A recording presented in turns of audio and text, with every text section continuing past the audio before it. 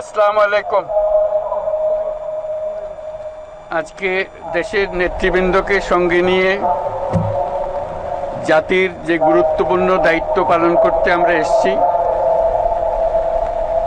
আল্লাহ তার জন্য আমাদের জন্য রহমত বর্ষণ করছেন। আল্লাহর রহমত নিয়ে আমি এই ঘোষণাপত্র পাঠ করব। বিসমিল্লাহির রহমানির রহিম। যেহেতু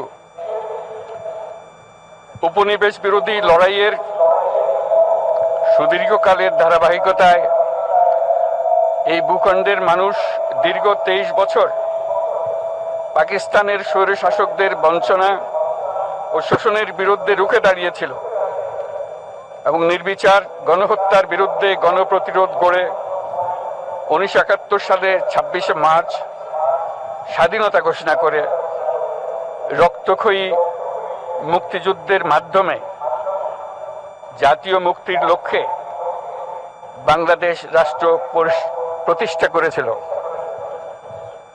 এবং যেহেতু বাংলাদেশের আপামর জনগণ দীর্ঘ আন্দোলন সংগ্রামের মধ্য দিয়ে এই ভূখণ্ডে স্বাধীনতার ঘোষণাপত্রে বিবৃত সাম্য, মানবিক মর্যাদা, সামাজিক সুবিচারের ভিত্তিতে উদার গণতান্ত্রিক রাষ্ট্র বিনির্মাণের আকাঙ্ক্ষাকে বাস্তবায়নের জন্য সর্বোচ্চ ত্যাগ স্বীকার করেছে, এবং যেহেতু স্বাধীন বাংলাদেশের 1972 সালের সংবিধান প্রণয়ন পদ্ধতি এর কাঠামোগত দুর্বলতা ও অপপ্রয়োগের ফলে স্বাধীনতা পরবর্তী আওয়ামী লীগ সরকার মুক্তিযুদ্ধের জন আকাঙ্ক্ষা পূরণে ব্যর্থ হয়েছিল এবং গণতন্ত্র ও রাষ্ট্রীয় প্রতিষ্ঠানগুলোর কার্যকারিতা ক্ষুণ্ণ করেছিল।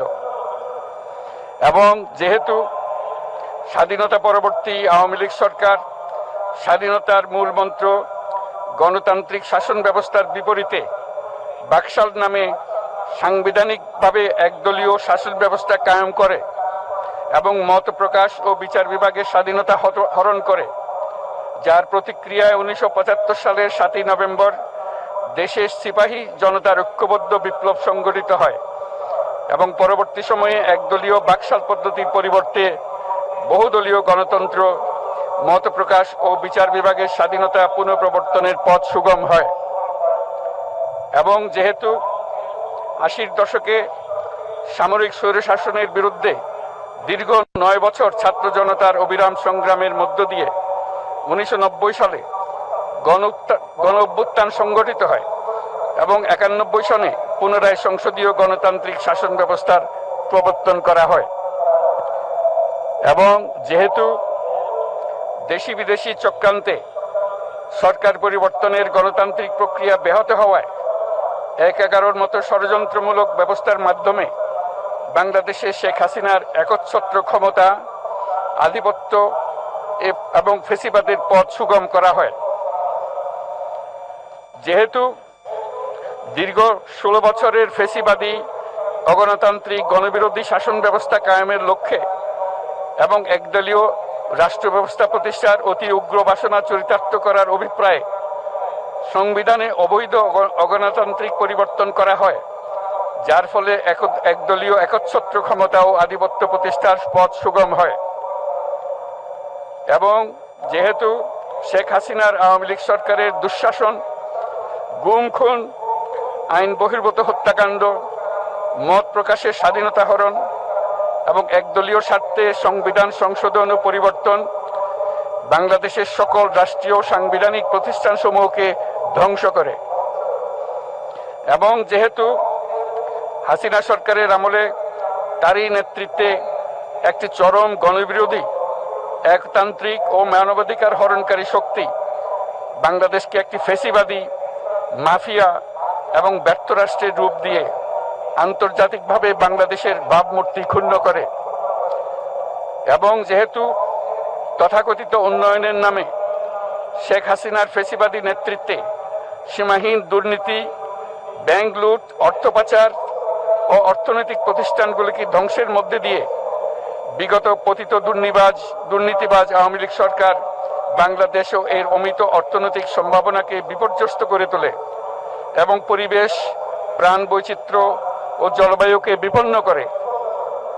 এবং যেহেতু শেখ হাসিনার ফ্যাসিস্ট সরকারের বিরুদ্ধে রাজনৈতিক দল, ছাত্র শ্রমিক সংগঠন সহ সমাজের সর্বস্তরের জনগণ গত প্রায় 16 বছর যাবৎ নিরন্তর গণতান্ত্রিক সংগ্রাম করে জেল জুলুম, হামলা মামলা, গুম খুন ও বিচার বহির্ভূত হত্যাকাণ্ডের শিকার হয়।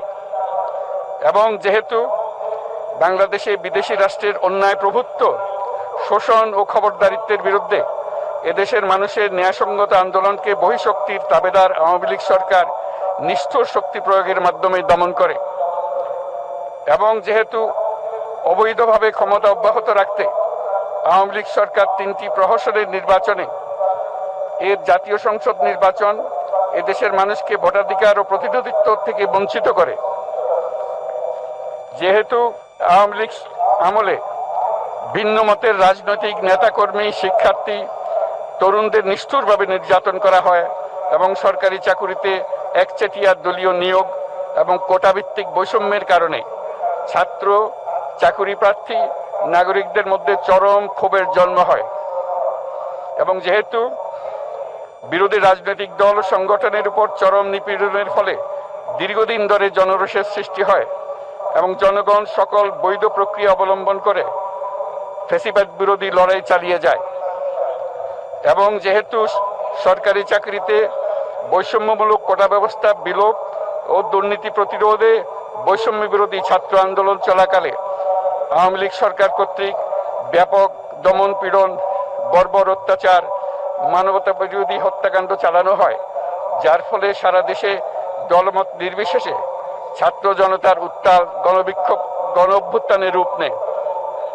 এবং যেহেতু ফ্যাসিস্ট শক্তির বিরুদ্ধে অদম্য ছাত্র জনতার অভ্যুত্থানে রাজনৈতিক দল, ধর্মীয়, সামাজিক, সাংস্কৃতিক, পেশাজীবী, নারী ও শ্রমিক সংগঠন সমূহ সমাজের সকল স্তরের মানুষ যোগদান করে এবং আওয়ামী ফ্যাসিবাদী বাহিনী রাজপথে নারী, শিশু সহ প্রায় 1000 মানুষকে নির্বিচারে হত্যা করে, অগণিত মানুষ পঙ্গুত্ব, অন্ধত্ব বরণ করে। আন্দোলনের চূড়ান্ত পর্যায়ে সামরিক বাহিনীর সদস্যগণ জনগণের গণতান্ত্রিক লড়াইকে সমর্থন প্রদান করে। এবং যেহেতু অবৈধ শেখ হাসিনা সরকার পতন, ফ্যাসিবাদী ব্যবস্থার বিলোপ এবং নতুন রাজনৈতিক বন্দোবস্তের লক্ষ্যে বৈষম্য বিরোধী ছাত্র আন্দোলনের ডাকে জনগণ অসহযোগ আন্দোলন শুরু করে, পরবর্তী সময়ে 5ই আগস্ট ঢাকা অভিমুখে লং মার্চ পরিচালনা করে এবং ফ্যাসিবাদ বিরোধী আন্দোলনরত সকল রাজনৈতিক দল, ছাত্র জনতা তথা সর্বস্তরের সকল শ্রেণীর, পেশার, আপামর জনসাধারণ তীব্র আন্দোলনের চূড়ান্ত পর্যায়ে গণভবনমুখী জনতার উত্তাল যাত্রার মুখে ফ্যাসিস্ট হাসিনা 5ই আগস্ট 2024 তারিখে পদত্যাগ করে দেশ ছেড়ে পালিয়ে যেতে বাধ্য হয়। এবং যেহেতু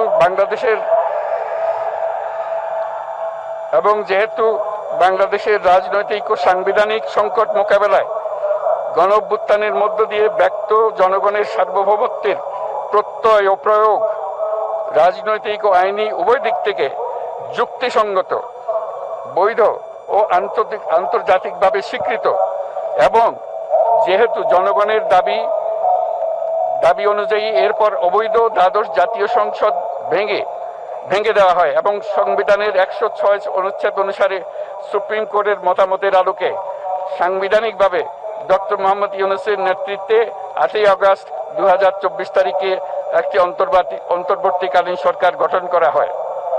এবং যেহেতু বাংলাদেশের সর্বস্তরের জনগণের ফ্যাসিবাদ বিরোধী তীব্র আকাঙ্ক্ষা এবং ছাত্র জনতার অভ্যুত্থানের মধ্য দিয়ে ফ্যাসিবাদ, বৈষম্য, দুর্নীতিমুক্ত সমাজ ও রাষ্ট্র বিনির্মাণের অভিপ্রায় প্রকাশিত হয়,